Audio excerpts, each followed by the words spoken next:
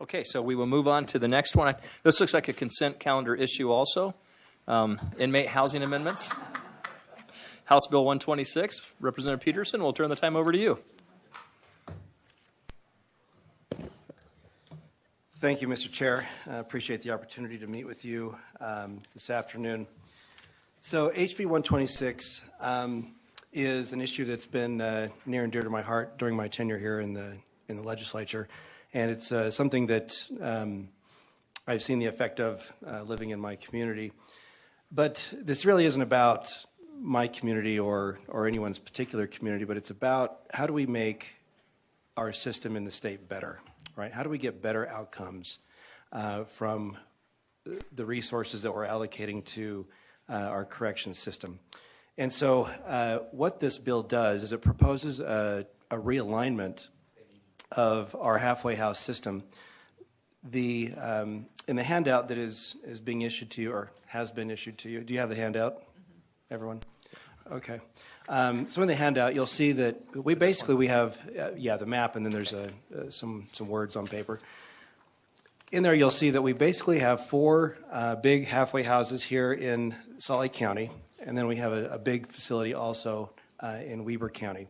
And that constitutes the community correctional system for our state.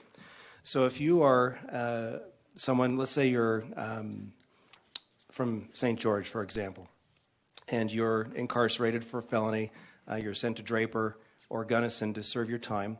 When you are paroled out and sent to a halfway house, you will be sent to either Salt Lake or Weber County to transition back into society. One of the issues with that is that we are removing one of the support bases that people need when they come back into the community, which is family support. Right? We've removed that person from their home location and put them in a foreign city or foreign county to try to reestablish their life and get back on track. And granted, we do have resources. There's treatments and things that we try to provide these individuals with. But without family support, we are really preventing a key support base from being present in their life when they try to reintegrate. And obviously, we would like to have these people reintegrate into society rather than recycle through the system, where presently, at least speaking for the Northern Utah Correctional Center we have there, recidivism rates are around 50%. So 50% success rate or 50% failure rate, depending on if you want to look at the cup being half empty or half full. So on the bottom of the handout, it shows an example of what this allocation would look like. And now, I will say, I wrote some notes here. You can see how many beds we have. On paper, we have about 654 beds statewide. But there's some issues with the Fortitude Center where it's some design issues, keep it at about 50% capacity. And then, there's churn that goes through there, so you may not have 100% capacity the whole time. So operationally, there's about 402 beds that are used on average year-round. So the numbers that we see on this distribution, on a proposed realignment, reflect the operational beds and not the actual physical beds that we have now. So that's for your information.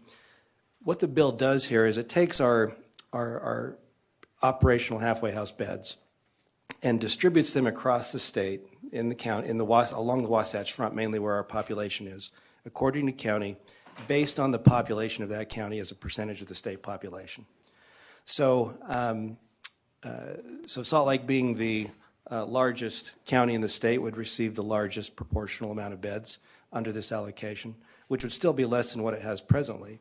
But places like Davis County, Utah County, Cache, Davis, Tooele, Box Elder, they would receive inmates and in their communities, and facilities would need to be constructed in those places. The purpose of this is to prevent. First off, is to spread the butter evenly over the piece of bread, right? We don't want to have, or we would like to prevent, if we could, disproportionate impacts that these communities have, or that these facilities have on communities that they reside in. And minimizing the size of these does that, right? It makes it digestible for any community to have one of these facilities. Also, there's benefits to be had by having smaller facilities for the inmates themselves. When you have a very large facility, the inmate really becomes a number. There's a sense of anonymity that occurs when you're just one among very many people going through one of these centers. And so by reducing that number, you improve the relationships that exist between the staff that treat them and oversee them and the inmates themselves. And also, you reduce the number of temptations that may exist within a facility to cause trouble. And so, those are the advantages and the direction that we're trying to go with this bill. We also recognize that this isn't something where we can just flip a switch and make it happen tomorrow, but this is more of a movement. And so the bill has a 3-year phase-in to allow facilities to be identified, purchased, retrofitted for this purpose in these areas. There is a fiscal note attached. You'll see that in the notes. The fiscal analysts estimate that if a retrofit model is used and using an existing building and just repurposing it for this, that it would cost about $6 million in capital expenses one time. And then the department estimates it would be about $8 million annually ongoing to facilities. And so with that, Mr. Chairman, that is my bill presentation. Thank you, Representative. We'll come back to the committee for clarifying questions. Representative Acton. Thank you, Mr. Chair. How do you propose that, how do you propose housing women and men in these smaller facilities? That's actually a good question. So we recognize that it wouldn't be possible to put them both in the same facility, right? That's just not good policy. So some of these facilities, depending on the size, depending on the number of beds in an area, like let's say Utah County, right? They would receive about 80 beds approximately. It may be possible to break that into 2 facilities, right? Two at 40 each. The smaller counties may not be able to accommodate that. So it might be that the inmates are placed in the next largest county close to them to accommodate that. We don't get into that detail in this bill because we want to leave that flexibility open to manage that. Thank you. Thank you, Representative Waite. Thank you, Chair. One of the things I've become aware of is there's one thing about the fiscal note and what appear to be the costs, but then there's a whole picture of the savings, because in this case, it would be preventing people from going back in. So do you have some figures that can help portray that? Well, we don't have that data here in the state because we've not done this before. But if you look at other states, and I didn't bring my notes, but it's another state back east that it's either Ohio or Pennsylvania, one of the two, that is reducing the size of or they already have small facilities, and their recidivism rates are like 30% as opposed to 50. So we have evidence from at least this system that the smaller facilities are working for them. There's also a couple other states that are looking at this similar model of reducing the size of the facilities because they've got rather large ones, 150 to 300 size facilities for their inmates. It costs a lot to incarcerate someone. I mean, they require a lot of supervision, and they eat. They require heating. So it's an expensive venture for us to be in this business. And if we can put someone back out into society where they're productive and paying taxes now, it begins to pay for itself over time. And keeping in mind that this is designed to be kind of the first phase of a direction towards treatment, right? Right now, this is realigning bones in the system, and there's flesh we can put on the bones later. One of the issues that we're working on in Weber County, and I'll just toot Weber County's horn since I represent that area. We have the Cottages of Hope up there, and if Terry Thompson's here, I'll give a shout out to him. The Cottages of Hope has been tremendously successful in taking inmates in the halfway house programs and turning them back into productive people because it interfaces them with all the things that they need to be successful as far as getting a job, drug treatment, financial counseling, which we found to be extremely important. If the inmates are financially self-sufficient, they're less likely to get back into crime.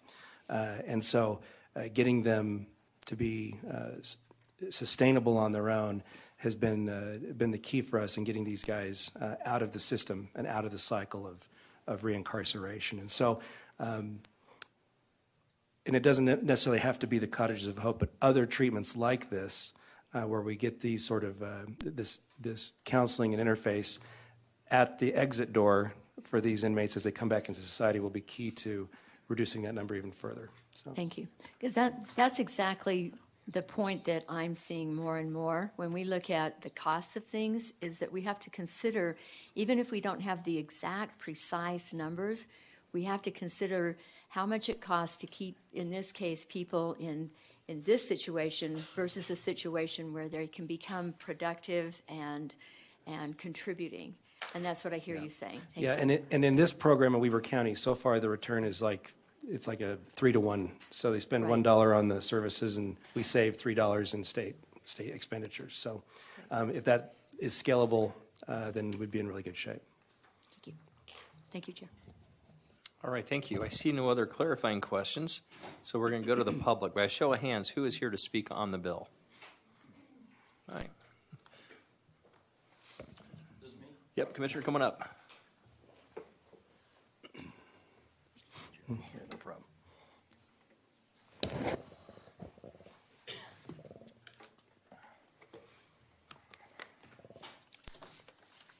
Good afternoon. Thank you, Mr. Chair, Mr. Vice Chair. Appreciate the time to be able to speak to you on this particular topic. I also want to thank Representative Jeremy Peterson for taking. Hey, Roland, can we get you just to state your name and Sure. My department name is there? Roland Cook. I'm the Executive Director of the Department of Corrections. And again, just want to reiterate our appreciation for the representative taking a keen interest in criminal justice and corrections in our state. It's great to see, and it's great to hear them talk about recidivism rates and different things like that. It means a lot. So the state currently serves an average of about 403 offenders in our community correction centers. And we only have centers, as mentioned, in Salt Lake and Weber counties. Based on the caps established in this particular legislation, we would need to develop 213 additional CCC beds in other locations in order to serve our current average population of that 403 offenders. Salt Lake County would be capped at 155 beds. We currently serve an average of 270 offenders in Salt Lake County. And Weber County would be capped at 34 beds. We currently serve an average of 133 offenders in Weber County. We'd have to reduce the capacity in Weber County and likely shutter many of our CCC beds in Salt Lake County. 4 of our 5 CCCs are located, as mentioned, in Salt Lake County, and several serve specialized purposes, exactly as was mentioned before.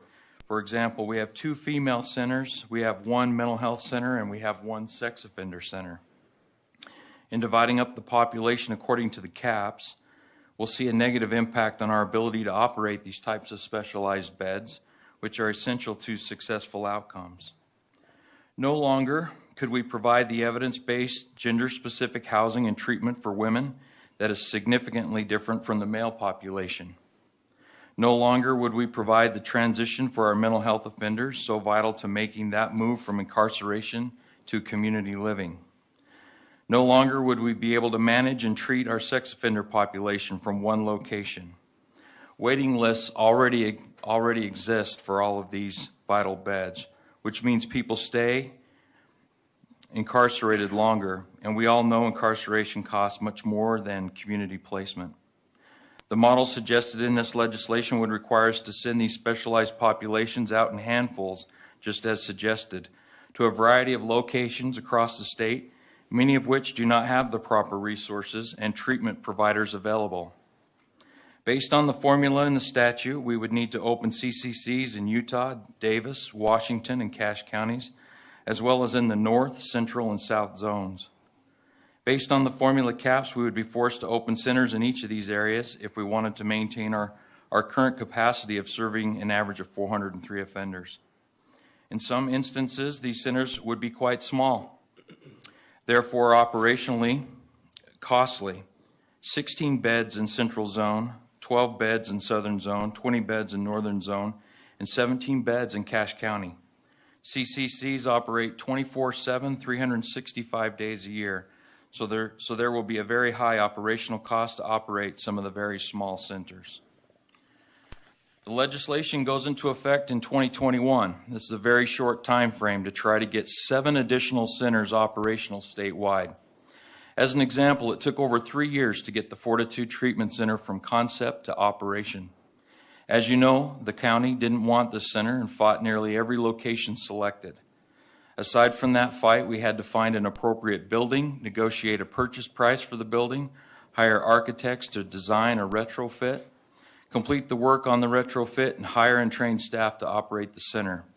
Our state's seen similar resistance in attempting to find a site for our new prison and the placement of homeless shelters across Salt Lake County. Ironically, this is the very same argument this legislation is based upon. Not in my backyard. Our organization understands why people respond in this way, but we have the responsibility to find locations for those we supervise and to ensure the best possible outcomes regarding public safety, job placement, housing, treatment, education, transportation, rehabilitation, and recidivism reduction.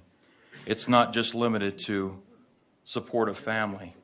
In fact, sometimes you don't want them to go back directly to their family. This legislation addresses none of those factors with fidelity. Considering we are managing and preparing for the move from Draper to the new correctional facility being built in the northwest quadrant of Salt Lake City, doing all of this for 7 additional CCCs within 3 years would be a steep hill to climb. Even if we're able to get all 7 retrofitted, we are currently having difficulty finding staff throughout the state to work in APMP, as well as treatment providers. In short, staffing would likely be another challenge. Representative Peterson said he would entertain the idea of moving this to a 5-year instead of 3. But the problems with finding the acceptable locations, staffing, and not overly efficient operations would remain an issue. The current fiscal note, which I think is obviously conservative, would include approximately $8.3 million for future operational costs and around $6.3 million for costs associated with purchasing and retrofitting each building. If it's decided that we have this conservative estimate of money and likely more available, is this really the project the state would want to use that additional revenue for? All of this additional expenditure, keep in mind, would not increase the number of offenders served. The entire exercise would be to allow us to continue to serve the 403 offenders we're managing today. Although it's been portrayed by some involved in this legislation that our organization is not collaborative, conscientious, and amiable to find common ground, I believe our track record speaks to the contrary. And I'm confident our fellow criminal justice, social service partners, and most legislators would testify that we're all about team and finding a way to best serve all the citizens of Utah. I'm sure you're already keenly aware that CCJJ, our Sentencing Commission, and USAVE are all adamantly opposed to this legislation. These are our state's experts on criminal justice, courts, substance abuse, mental health, etc. It makes absolutely no sense to simply move people who some have referred to as undesirable to other locations around the state based solely upon population numbers. We and our criminal justice partners do not deny that it would be great to have additional community correctional treatment beds in our community. But the key to that statement is additional community treatment beds. We believe this should be sent to either interim study or the development of an assigned task force with key criminal justice, state, and local members represented around the table to intensely study this critical subject, considering not only the numbers of people in each location, but more importantly, what types of beds are needed and would work best in the community. A comprehensive review and a strategic action plan would ensure we have the right treatment and correctional resources available in the identified community locations, and the measurable outcomes will enhance public safety, improve offender results, and reduce recidivism. No one understands and is more empathetic to those concerned about crime, addiction, and public safety than our Department of Corrections. Our hope is that rather than simply spreading people around the state based solely upon population numbers, that we take the time to strategically plan the very best way to ensure we have the most effective and positive impacts on public safety and recidivism. As always, thank you so much for your unwavering support of our Department of Corrections, our criminal justice partners, and for your consideration of the facts and feedback that I've provided to you today. And I'll gladly answer any questions that anyone has. Thank you. Representative Redd.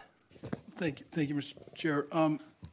Thank you for coming and giving us your perspective. Can you tell us, the committee, would there be any potential benefits, if we were to do this and somehow do it in Fidelity, are there any benefits to moving people out of two central locations out into the more distant areas of the state that you can identify?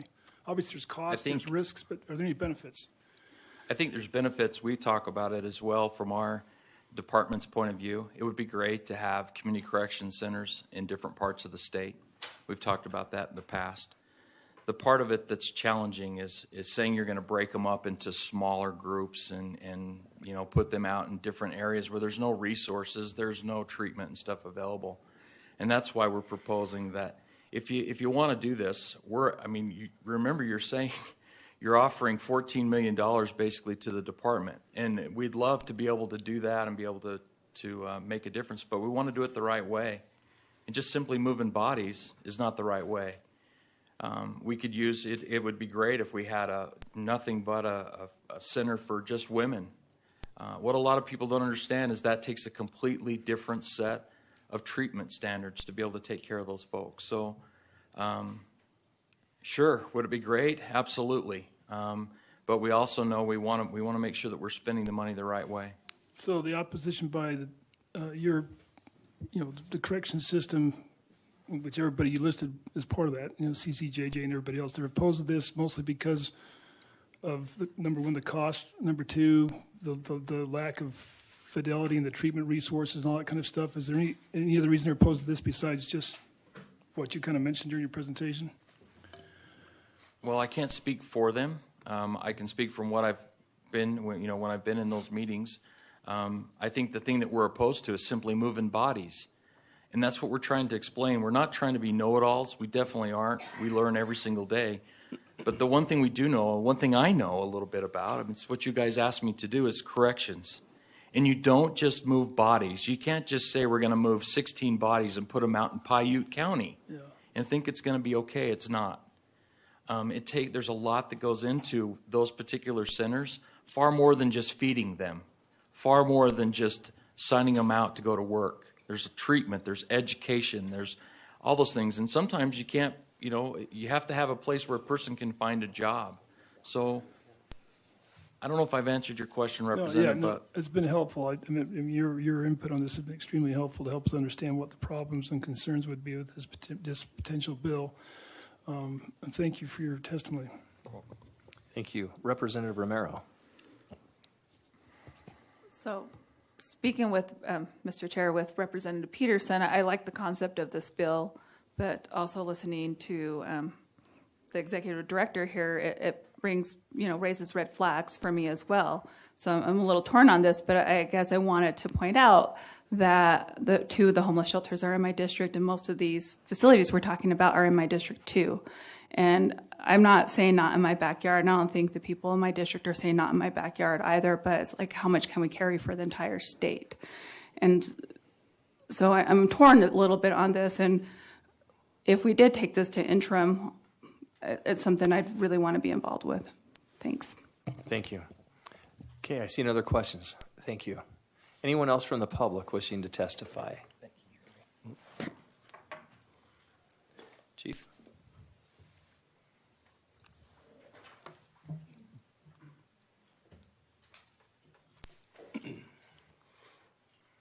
Welcome, Chief. Turn the time over to you. Randy Watt, Chief of Ogden Police. It's a pleasure to be here. Thank you, Representative Ray, for the opportunity. This is not about corrections and law enforcement. This is about recidivism. This is about treatment. This is about a program that would disperse some of the inequities that we have faced here in the state. I'm a great admirer of corrections. I'm in my 34th year of law enforcement, all of it with Ogden City, and I've seen a lot of things occur over the years with Department of Corrections, and they've done a lot of great things under austere budgets and with direction from the legislature. I personally don't believe the sky is falling. I believe that if they were tasked by the legislature to move this program forward, I think they would do it, and I think they would do it very, very well. And I understand their reluctance to do it. But I also can give you some idea of the impact, disparate impact that occurs in our communities from a number of areas. Nobody's more concerned about recidivism than a chief of police, particularly in a city as large and diverse as Ogden. And within the numbers and the statistics, there are a lot of numbers that get thrown out. Let me just give you a few of mine. Approximately 16% of the inmates in the correction systems come out of Ogden, and approximately 40% come back through the halfway house and the parole system to our community. One of the things that has always concerned me is the nature of this large group in one reasonably small geographic area and how it feeds on itself and how those associations and relationships between felons and others are being negatively affected because of the availability of their own criminal support, if you will. And the lack of family support and the lack of neighbors and friends and others who may have had involvement with these people in their youth. And to me, and Cottages of Hope is a great example. We are big proponents of Cottages of Hope. We have to have a greater number of mechanisms and means by which to impact the lives of these people. And part of that is overcoming those associations that exist within the communities in which they've been involved. Prison is very difficult. Prison is very challenging. The halfway house limits some of that. But again, you have those associations that occur.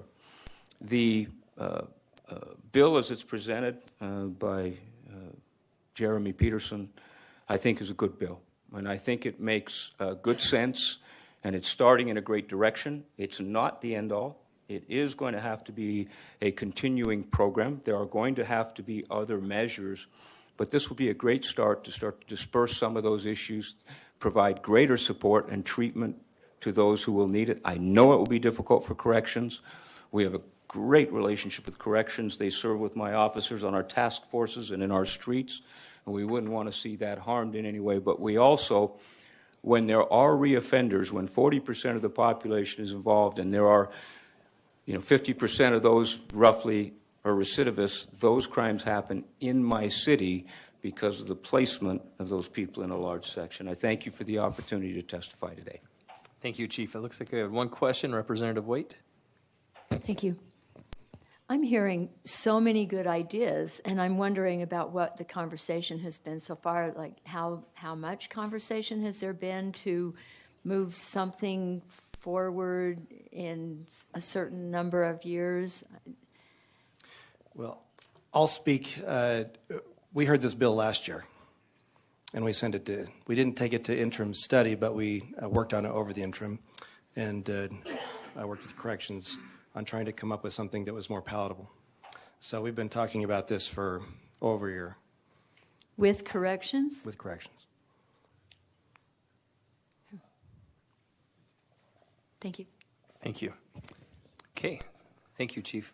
Thank you very much. Mike, you want to come forward?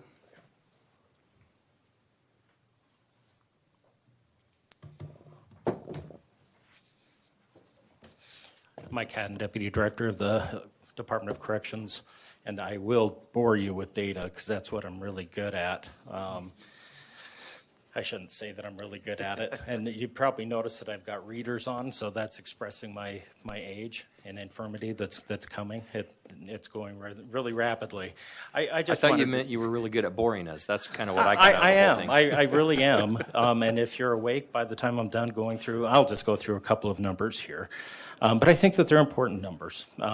For those of you that don't know, our adult probation and parole is broken up into 5 different regions across the state. We have the northern Utah region, which encompasses Weber County. We have Region 3, which is our largest region. That's going to be the Salt Lake area. We have Region 4, which is kind of in the Provo, Utah County area. Region 5 down in southern Utah, St. George, Iron County, and Region 6 that has most of the eastern side of the state. So we took a snapshot of our population that came out of the Northern Utah Community Correctional Center, NUC, which is what we're talking about today. And we currently have 1,343 offenders being supervised by adult probation and parole that came out of the Northern Utah Community Correctional Center. Now, of those offenders that came out of NUC, 797 of those are being supervised up in the northern Utah region. That's about 59.1%. 426, or about a third, of those offenders are being supervised in Region 3, and the rest are diffused throughout the rest of the state. So we do have the diffusion going on in terms of the offenders moving throughout the state. As we talk about the 797 that are being supervised up in the northern region, 83% of those were convicted in courts in the northern region. So we're really not, to the extent, pulling people up into an area and releasing them into the community. They are diffusing. It certainly is not saying that we are not open to having these kind of conversations, because I think we need to have these conversations, probably a slower time frame and pace than 3 years, to look at what would a strategic plan look like for us to add additional centers. And we would be more than happy to work with Representative Peterson during the interim on doing something like that. We were not, at least our executive office had not met with or discussed this issue with Representative Peterson during the interim, but we are open and that invitation stands. Thank you. Representative Miles. Thank you, Mr. Chair. Thank you for that statistic. Can you share with us what percentage are being supervised, of those being supervised out of Utah County, came from the Utah County court systems, like the number you shared with Northern Utah and NUC? What percentage? I can, and we kind of do, typically what we do is we compare Salt Lake County, I guess, with Weber County, and I don't like to necessarily pit those two counties against one another, because the reality is we only have centers in Salt Lake County and in Weber County. So all of the other offenders that are around the state are going to need to be supervised outside of their particular county. So if I were to look at just Salt Lake... So it would be zero? No, yeah, it would be zero. There's It would be being zero because supervised. we do not have center beds anywhere else in the state. Not in St. George, not in Utah County? No. But those are the places that we would want to look at kind of strategically moving into consideration of some of those additional areas that have a larger population. But isn't that what this bill is trying to do, is to force a look at that? And Well, I force- think as force Executive the Director, spread? yeah, I think as Executive Director Cook mentioned, it's a lot more complicated than just looking at what is the proportion of the population in the state and then trying to ferry out the offenders based on those populations. I think we need to sit down and have a really good hard look and discussion about what kind of resources are available in those areas. Do we have treatment resources? A lot of these folks need substance abuse treatment. They need cognitive behavioral, and we need to make sure that the resources are available in the areas that we decide where is our next community correctional center going to be located, and are there resources available there for that offender population? One more question, Mr. Chair. Are you aware of what resources, what you have been doing over the last year and a half? Representative Peterson indicates that this was presented last year, and that it's not the first time this has been presented, but now you want to look at it in the future. Yeah, we are wide open to sit down and meet with Representative Peterson. He didn't reach out. We certainly had a few things on the plate in terms of trying to manage a prison relocation. We're working on justice reinvestment. We've got a lot of irons in the fire. This is certainly one of the ones that we could look at. We just didn't during the last year. Thank you. You're welcome. Thank you. Okay, thanks, Mike. No other questions. Okay, anyone else from the audience? Oh, Andrew? We'll bring you a mic down, Andrew. You can't sing this time, though. Fortunate for you. I promise you'd be a lot better than I am. I was going to say, and I can't match the folks the other day. True. John's bringing that down to you.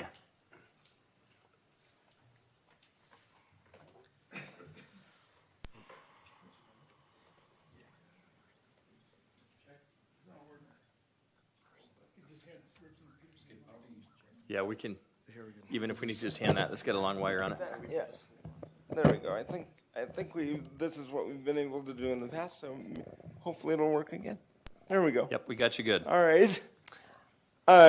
Thank you, members of the committee. My name is Andrew Riggle. I'm the public policy advocate with the Disability Law Center, and I just want to note two things. One is that we have been in conversations with the Department of Corrections over the last several years about shortages in staffing that they've had within the prison itself and within the system as it currently is, in terms of trying to be able to recruit and retain the number of qualified staff that they mental health staff that they need to serve folks already within the system, particularly even at Draper and Gunnison. And so I'm not sure how they would go about then also ensuring that adequate professional staff, mental health staff, is available to individuals with those needs dispersed throughout the state in however many additional community correction centers we have in smaller communities. The second thing is in social services, we hear about the challenges that the local mental health authorities across the state have in attracting and retaining staff and having enough resources to serve folks with mental health needs, with significant mental health needs in the community. They are also experiencing these challenges, and if we add additional folks into the community with these same types of needs, where are the resources and staff going to come from to be able to serve them? And then additionally you talk about the idea that one of the conditions of parole and residence at a CCC is that the individual find a job and be gainfully employed. And if we're talking about placing more of these facilities in smaller communities, are there going to be enough jobs available and employers willing to take these folks on to make sure that they're able to fulfill the requirements of parole and their time at the CCC in these smaller communities that also have necessarily smaller economies. So for those two reasons, access to appropriate treatment and access to necessary employment opportunities, we have significant concerns about the proposal as it currently exists. Thank you very much. Thank you, Andrew. That was one of the few times I've seen you in this committee. I thought you were stalking me for more social services budget money. Every chance I get, Representative, every chance I get. Thank you, Andrew. Okay, anyone else from the public? Marshall?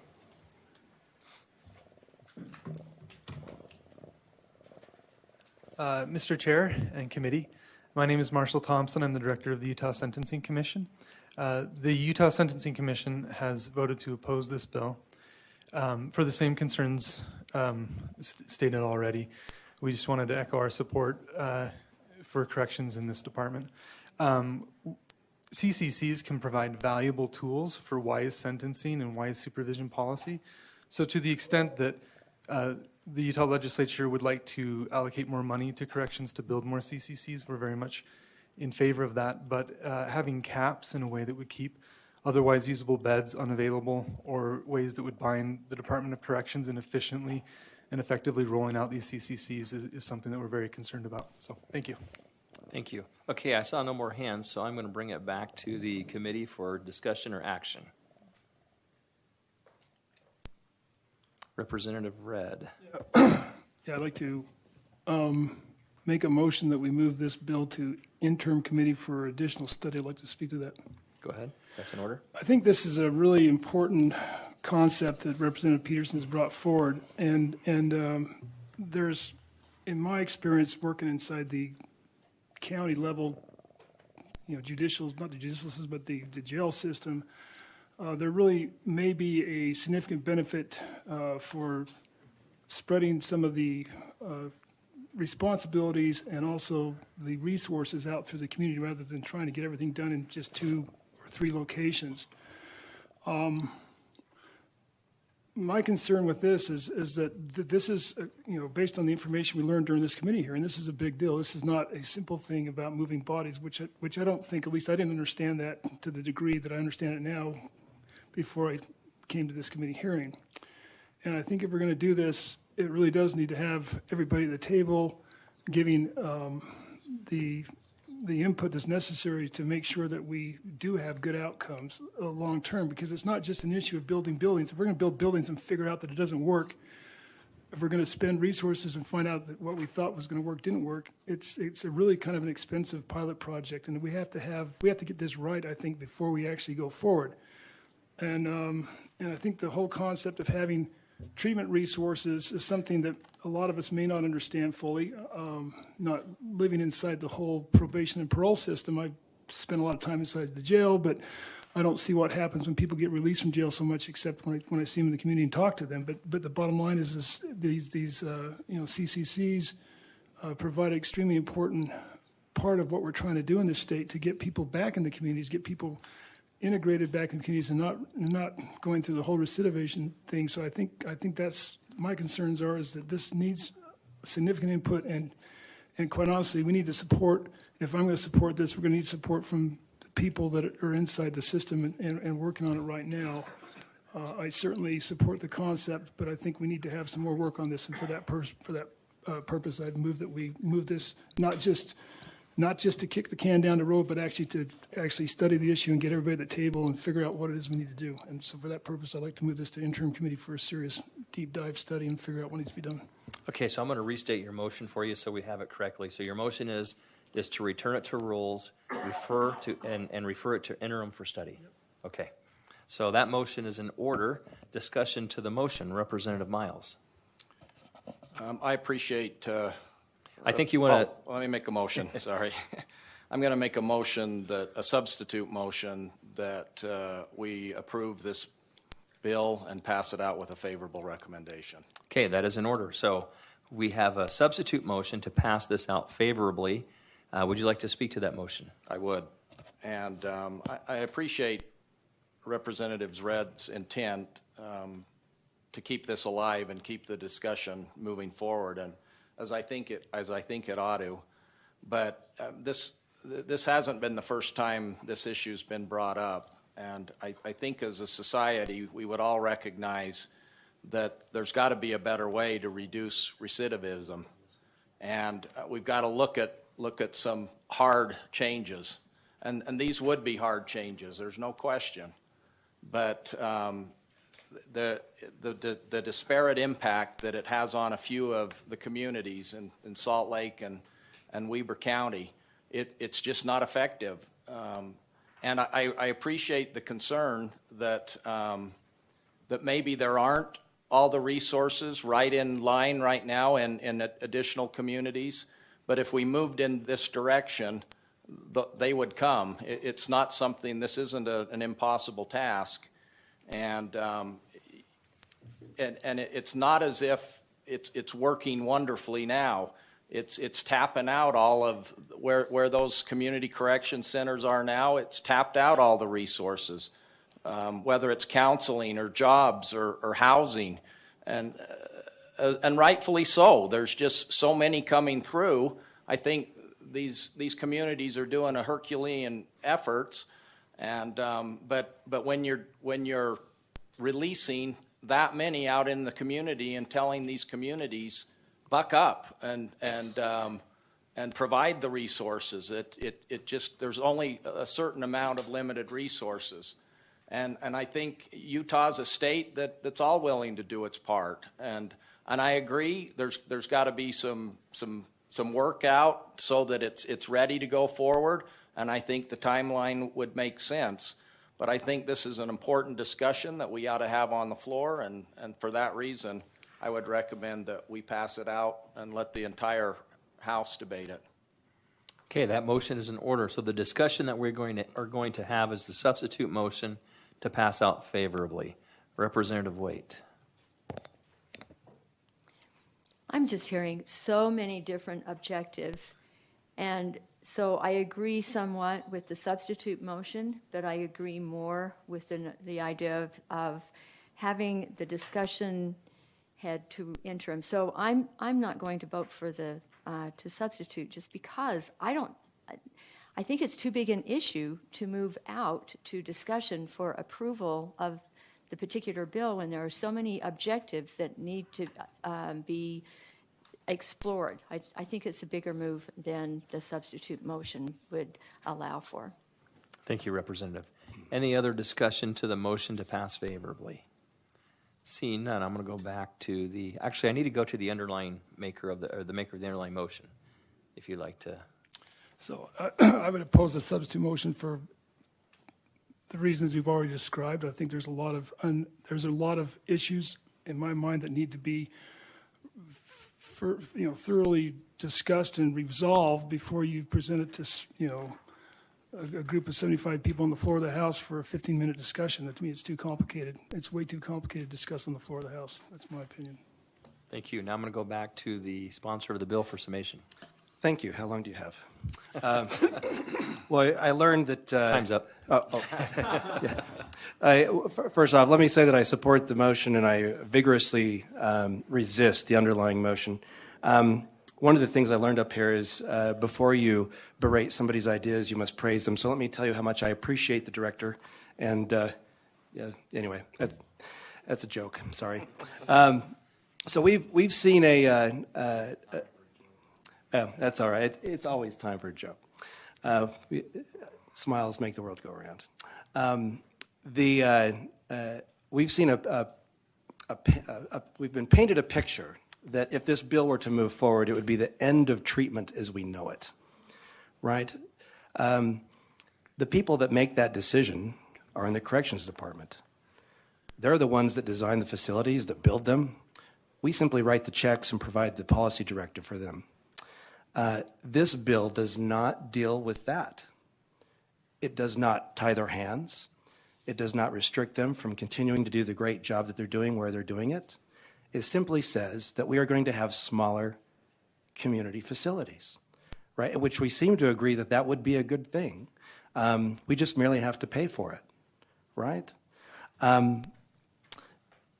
So it's bothersome that we push the red button and say it's going to be the zombie apocalypse if something changes. I don't believe that to be the case. We could do what we want to do. We can do hard things, right? That's what we do here. This is a hard thing. Don't get me wrong. And it is good to talk about it. We've had time to talk about it. We still have 5 weeks left in the session, and we have all the stakeholders here in this room. All the smart people are here. I bet you we can get this figured out before the end of the session because we know the answers. It's just a matter of willpower and whether we are able and willing to put forth the good faith, to negotiate in good faith, to not obstruct, to not stonewall, to not delay, defer, but to get something done meaningfully this session. And so that's my sum, Mr. Chair. Thank you, Representative. We'll go to Representative Miles, the maker of the motion for summation. I'll waive. Summation is waived. So we'll place this, we'll do a roll call vote. The motion is to pass out House Bill 126, inmate housing amendments with a favorable recommendation. Katie? You're going to push your button so I get the right one there. Representative Acton.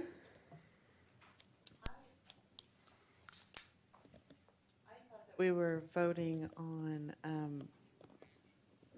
Representative Red's recommendation. No, we have a substitute motion on the table, so it's on top I of thought that one. he waived that. Okay. No, he just waived his summation on the, Because I like the idea of, I'm sorry, am I only supposed to vote yea Yep, or nay? just yea or nay. Okay, nay. Representative Edwards.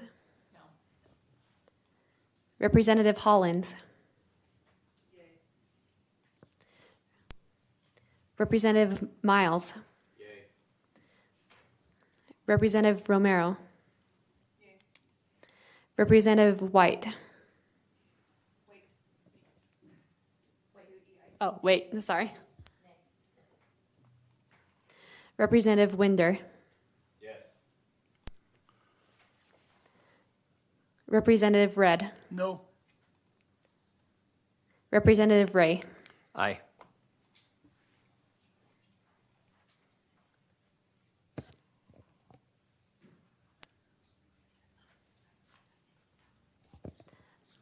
Five in favor and 4 against. Okay, so that motion passes 5-4. We've got them identified, right? So we're good. Okay, so, okay. Thank you, Representative. Thank you.